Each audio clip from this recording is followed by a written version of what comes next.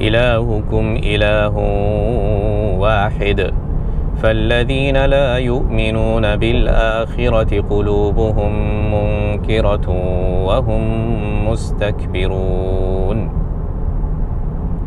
Your deity, your God, is one God. And those who do not believe in the hereafter, their hearts are disapproving, in the state of denial and disapproval, and they are arrogant. So, given all the previous facts that should convince anybody who is not yet convinced, any rational being, any sensible person should have been convinced by all those previous bounties and signs and qualities and attributes of the Supreme God. So if yet they are not convinced, then nothing will convince them. They have an inherent bad quality in them that they do not, nothing could cure them. So this is a non-curable disease, and that disease are actually three things that are mentioned that are interconnected. لا يؤمنون بالآخرة. This is the biggest problem, that they do not believe in the hereafter. They think that this world is everything, and after we die, finish, the whole story is ended. There is no chapter after that. That's the end of everything. So this attachment to this world and materialistic view and Epicurean type of hedonistic attitude makes people try to gain whatever it's possible to gain in this world through lawful or unlawful means, and that's the biggest problem actually. So Allah identifies in this verse, pinpoints the mother of all problems. That's the لا يؤمنون بالآخرة. They do not believe in akhirah, in the hereafter, a time where everybody is resurrected, and then there is a reward and punishment, and then an eternal salvation based on that. Okay, so those who commit atrocities in this world and commit all kind of crimes, yet they prosper in this world, and they leave this world without getting their due punishment. Do they think that this is the end of the thing? Otherwise it would have been a chaotic and meaningless life if this whole world was the everything.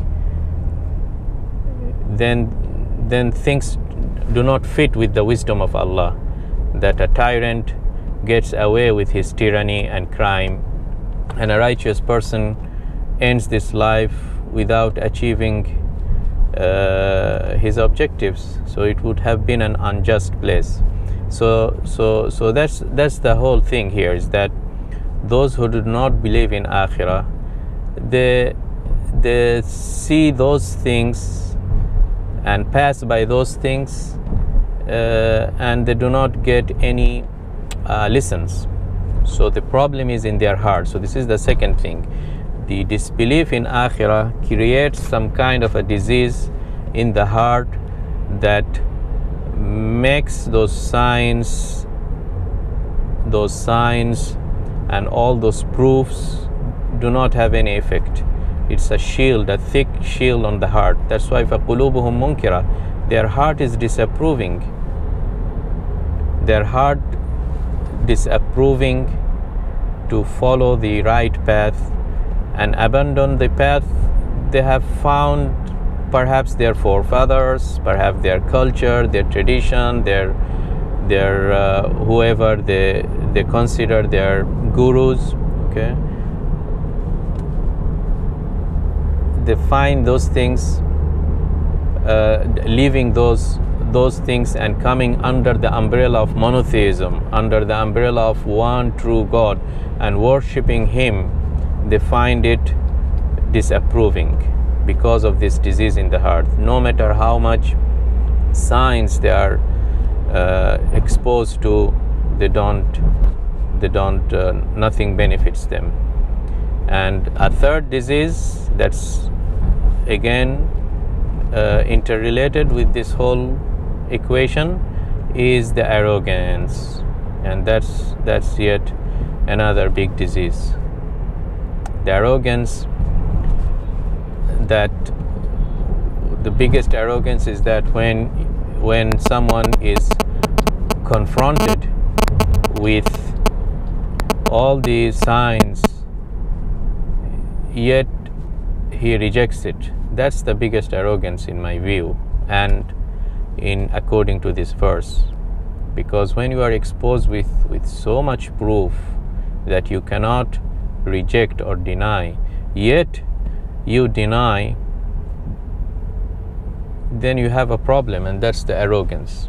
And often this arrogance comes if the one who is conveying the truth to you, showing those truth to you, you think that he is inferior than you, then these are this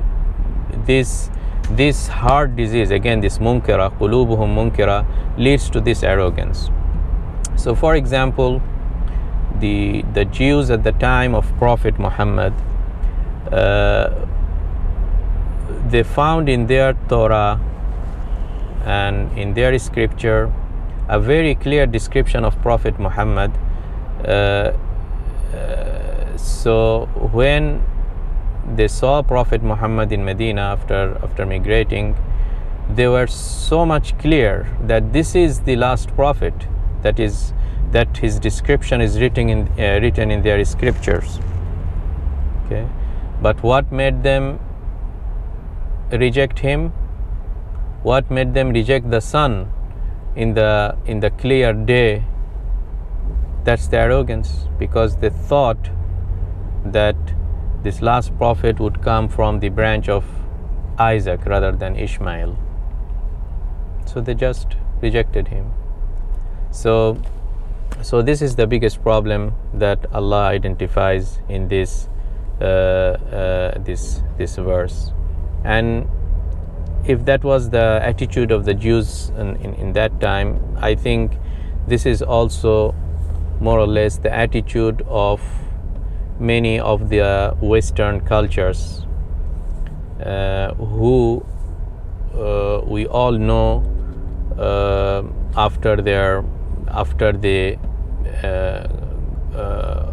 got out of their dark ages and start to explore the world,